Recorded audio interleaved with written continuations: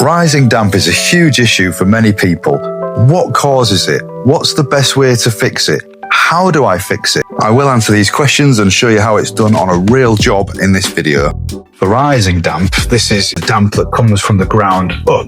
Houses are built with a damp-proof course, so there's normally a damp-proof membrane or a chemical damp-proof course in the actual wall itself to stop water rising up the wall. Because walls are like a sponge, like any water in the ground will soak up. So you need that damp-proof course to stop the water soaking up into the wall that's actually in your room, so it stays at foundation level. The best way to fix rising damp is to put in a chemical damp-proof course, and we do that by drilling holes in the existing mortar lines at the base of the wall, roughly 10 centimeters apart, as these yellow arrows are demonstrating. You then put a chemical into them holes, which spreads out into the wall and forms a new waterproof layer. So any water rising up hits that layer and can't get any further up. So now we know what to do, let me show you how to do it.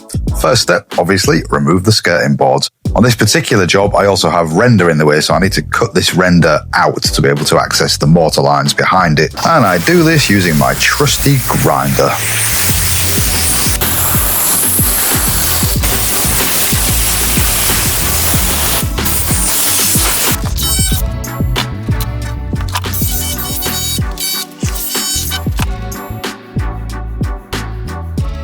I now have access to this mortar line all the way along. And in this mortar line, I will be placing some Dryrod chemical damp-proof course, which is this stuff. You may have seen my previous video where I've used it before. Probably my favourite chemical damp-proof course is the only one that doesn't come in an actual liquid that just spills out the hole as you put it in. So a very good product. And this is what they look like. Now you know why they are called dry rods, because they are literally rods that are dry. Stick that in the wall and the moisture in the wall makes it dissolve, then it spreads out into the mortar and it forms a beautiful damp-proof or waterproof layer in the brickwork.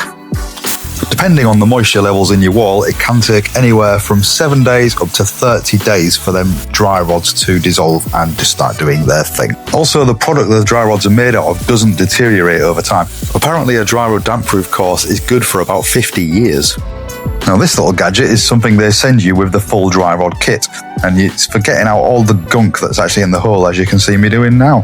Very useful for actually getting the dry rods into the holes, otherwise it can be a bit tricky. The next step is very simple, just put the dry rods into the holes. If you'd like to get hold of some dry rod, there's some links in the description for the video and at the top of the comments. This takes you to Amazon, where you can get the full bundle, or you can just buy it by the packet. Amazon is the cheapest place to get it. The product you see me using now is tanking slurry. I'm using it because I've got it mixed up for a different part of this same job anyway. However, the product you should be using to go over the dry rod holes so it doesn't spill out later as it dissolves is this product on the left by Storm Dry.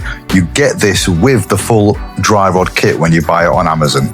The skirting board's back on, plastering in progress, followed by plenty of decorating. The video you see on screen now is actually the full video for this job.